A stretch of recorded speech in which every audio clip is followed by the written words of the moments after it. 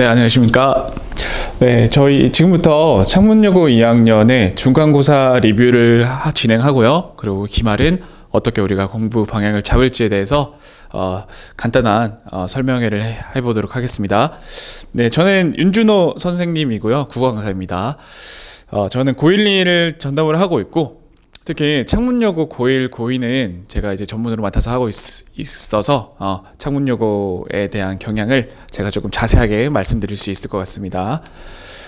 네, 목차는 이렇습니다. 이제 기본적으로 중간고사가 어떻게 치러졌는지, 그리고 경향이 어떤지에 대한 분석을 하고요. 그리고 기말에 어떻게 예상될 것인가, 그런 경향, 그리고 그 기말의 경향에 따라서 우리가 어떻게 대비를 할 것인가, 이런 것들을 차례대로 보도록 하겠습니다. 네, 간단하게 1학기는 문법 위주로 출제가 되고요. 중간고사 때는 단어의 형성, 형태소, 담화가 출제됐습니다. 그리고 2학기 때는 문장의 짜임과 활용이라는 굉장히 조금 좁은 범위의 개념이 들어간다라고 생각하시면 됩니다. 2학기 때는 문학 위주로 출제가 되고요. 출제 범위는 교과서나 부교재 혹은 내년에 2학기 때 치러지는 모의고사의 문학 범위가 문학 2학기 내신 문학의 범위라고 생각하시면 되겠습니다. 네, 중간고사는 한마디로 얘기해서는 범위가 고루 출제되었다. 근데 엄청나게 수능형처럼 까다로운 문제는 출제되지 않았다. 이렇게 한마디로 얘기할 수 있겠습니다. 경향은 두 가지로 구분을 해서 제가 설명을 드릴 건데요. 첫 번째 기본형 문제는요. 단어 형태소 담화 중에서 단어 그리고 이제 품사 아니면 접사랑 관련된 단어의 형성 요 비중이 제일 높았습니다. 네, 고루 출제가 되었는데 개념에 대한 기본 이해보다는 이 개념을 어떻게 좀 잘 활용해서 풀 수 있는 문제 유형이 좀 많았다라고 생각하시면 되겠습니다. 그래서 문법 개념만 열심히 좀 공부한 친구들은 시험장에 가서 되게 어려웠을 거예요. 근데 다만 이 개념을 많이 활용하고 문제 자주 나오는 것들 위주로 실전 연습을 한 친구들은 성적을 좀 괜찮게 받았을 겁니다. 그래서 아이들의 체감 난이도, 그러니까 실제 문제 난이도에 비해서 아이들의 체감 난이도는 좀 낮았기 때문에 학년 평점은 58점대, 좀 생각보다 낮게, 그러니까 창문여고 1학년 때의 어려운 국어의 경향과 비슷하게 이루어진다라고 생각하면 되고요. 그리고 고난도 문제, 그러니까 1등급과 2등급을 나누는 변별 문제에서 개념을 굉장히 어렵고 지엽적인 개념을 막 요구하는 건 아니었어요. 되게 일반 개념이었는데, 근데 다만 이거를 조금 더 섬세하게 보지 못하면은 실수를 유도하는 문제 유형들이 몇 가지 있었습니다. 그래서 그런 실수들을 걸러내지 못한 친구들은 그런 친구들이 이런 변별 문제를 잘 풀지 못했을 거라고 생각을 합니다. 그래서 실제로 이렇게 실수를 유도하는 문제들, 그러니까 변별력을 요구하는 문제들이 1등급 위치에 있는 학생들도 많이 틀려가지고 이제 문법은 사실 평점이 낮더라도 잘하는 학생들은 굉장히 잘하거든요. 그래서 1등급 컷이 좀 높은데 1등급 컷이 다소 낮은 92점대에 해당된다라고 보시면 되겠습니다.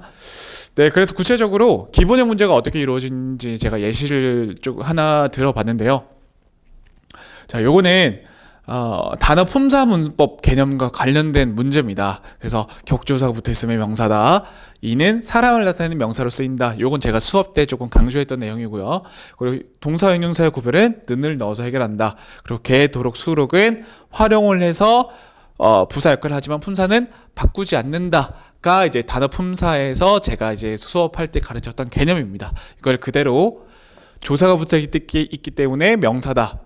이는 사람을 나타내는 명사로 쓰이는 경우가 있다. 그리고 동사 형용사는 는을 붙여서 갖는다가 되지 않으니까 동사로 볼 수 없다. 이렇게 활용 능력을 그대로 적용하면 풀 수 있는 문제였는데요. 근데 다만 요 개, 도록, 수록이 어미라는 개념을 학생들이 이해를 했지만 이게 품사를 바꾸지 않는다라는 것들을 실전적으로 연습하지 못했다면은 시험장에서 이걸 적용하기가 어려웠을 거예요. 그래서 어떻게 해서 개가 쓰였기 때문에 부사가 아니라 동사 형용사 그대로 봐야 된다. 4번으로 고를 수 있는 그런 일반적인 그 개념을 어떻게 활용할 것인가, 그 활용 능력을 좀 기른 친구들은 이런 기본형 문제를 실수 없이 잘 마무리했다라고 생각하시면 됩니다. 다음으로는 고난도 문제 예시인데요. 이 문법 개념이 그렇게 막 어렵게 요구하지는 않았어요. 근데 다만 어디에서 실수가 나타났냐면요. 쏜살같이 도망쳤다 해서 요 D 쏜살같이 때문에 학생들이 많이 틀렸는데요. 왜냐하면은 이 학교에서든 혹은 일반적인 문법 개념이든 이제 부사와 같은 역할을 하는 말을 개, 이, 도록이 붙어서 쓰인다라고 이해를 하고 있는데, 근데 여기서 조금 더 들어가서 개와 도록은 동사형용사에서 먹다 먹고 먹지처럼 활용되는 어미, 이는 활용되는 어미가 아니라 같이 혹은 같이처럼 이제 접사, 부사를 만드는 접사라는 점을 학생들이 구분해서 기억하지 못하고 있다면은 이 쏜살같이가 활용해서 부사와 같은 역할을 한다. 그러니까 접사는 활용이랑 연결지을 수 없다라는 개념을 여기서 생각해내지 못했다면은 이 7번 문제를 풀 수가 없었을 거예요. 그러니까 개념 자체가 그렇게 어렵진 않았어요. 근데 다만 요런 지엽적인 곳에 실수를 유도하는 것에서 학생들이 잘 넘어갔는지 혹은 여기서 이상한 점을 눈치채고 답을 소거해냈는지 그거에 따라서 이런 고난도 문제를 잘 풀었거나 혹은 실수를 했거나 그렇게 차이가 나타났다라고 생각하시면 되겠습니다. 네, 그래서 중간고사는 낮은 평점을 낮은 평점 그리고 1등 컷도 생각보다 낮게 분포되어 있었습니다. 그렇다면 기말은 우리가 어떻게 대비를 해야 되느냐? 일단 내신 범위가 중간고사보다 굉장히 적어요. 문장의 짧은과 활용은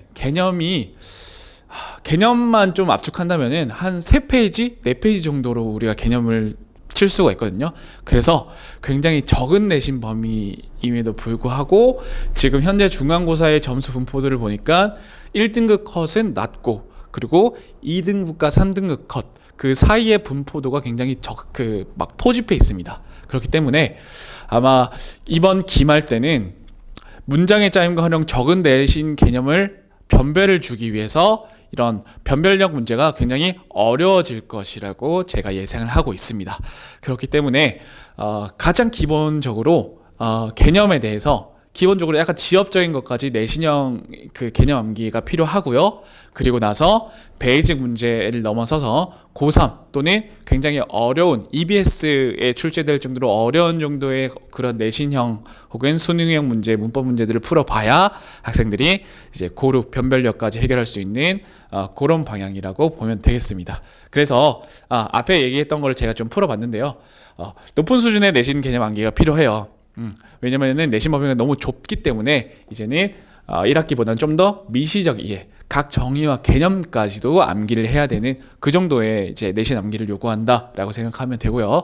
그래서 1회독은 부족합니다. 2회독으로 학생들의 내신 개념 암기를 빈틈없이 꼭꼭 채우는 과정을 이어져야 하고요. 그리고 고난도 문제 대비를 잘 하기 위해서는 어려운 문제만 푸는 게 중요한 게 아닙니다. 일단 고난도 문제를 대비하기 위해서는 가장 베이직부터 시작해서 가장 기본 개념을 잘 치고 난 후에 혹은 약간 어려운 개념들 혹은 좀 더 실수를 유도하는 혹은 되게 예외사항이라든지 좀 지엽적인 내신 개념들을 활용해서 그 문제 출제를 한 것들을 잘 풀어내느냐 이런 식으로 연습을 하면은 이번 기말 대비는 잘 마무리가 될 것 같습니다. 그래서 이번 기말고사의 저희 커리큘럼은 대비 기간 이전에는 저희가 이제 수능 국어도 봐야 되기 때문에 이제 국어 스탯을 쌓는 기간이고요. 다만 이제 그 문법이 좀 어려워질 것을 예상을 했을 때 5월 말부터 문법 개념을 선행을 합니다.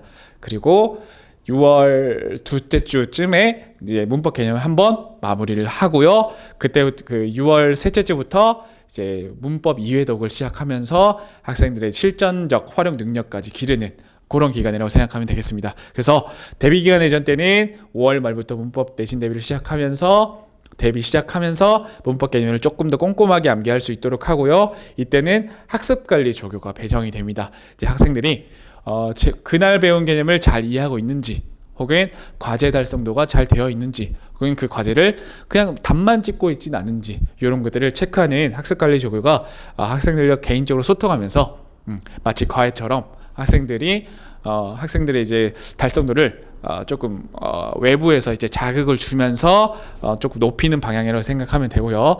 직전주에는 저희가 이제 예상되는 모의고사, 예상 출제되는 그 기출 모의고사를 봅니다. 한 2회 정도 보고요. 당연히 성적표가 배부가 되겠죠, 그죠? 그래서 학생들한테 너는 문장에서 문장 성분 서술의 자릿수를 좀 더 해야 돼. 아니면 너는 인용조를 조금 더 공부를 해야 돼라고 학생들한테 개별적으로 보충해야 될 어떤 개념들을 코칭을 합니다.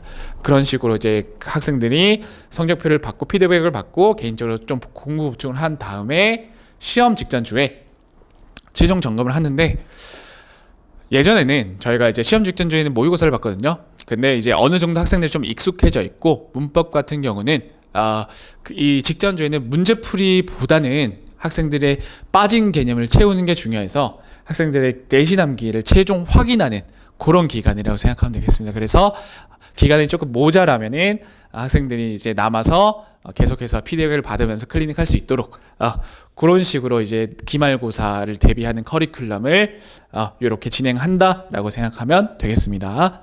네, 여기까지가 저희 이제 창문여고 2학년 중간고사 분석과 함께 기말을 어떻게 대비할 것인가에 대한 간담회였습니다. 네, 긴 시간 들어주셔서 정말 감사하고요. 추가로 문의사항 있으신 분들께서는 학원으로 전화 주시면은 제가 친절하게 상담 드리도록 하겠습니다. 네, 감사합니다.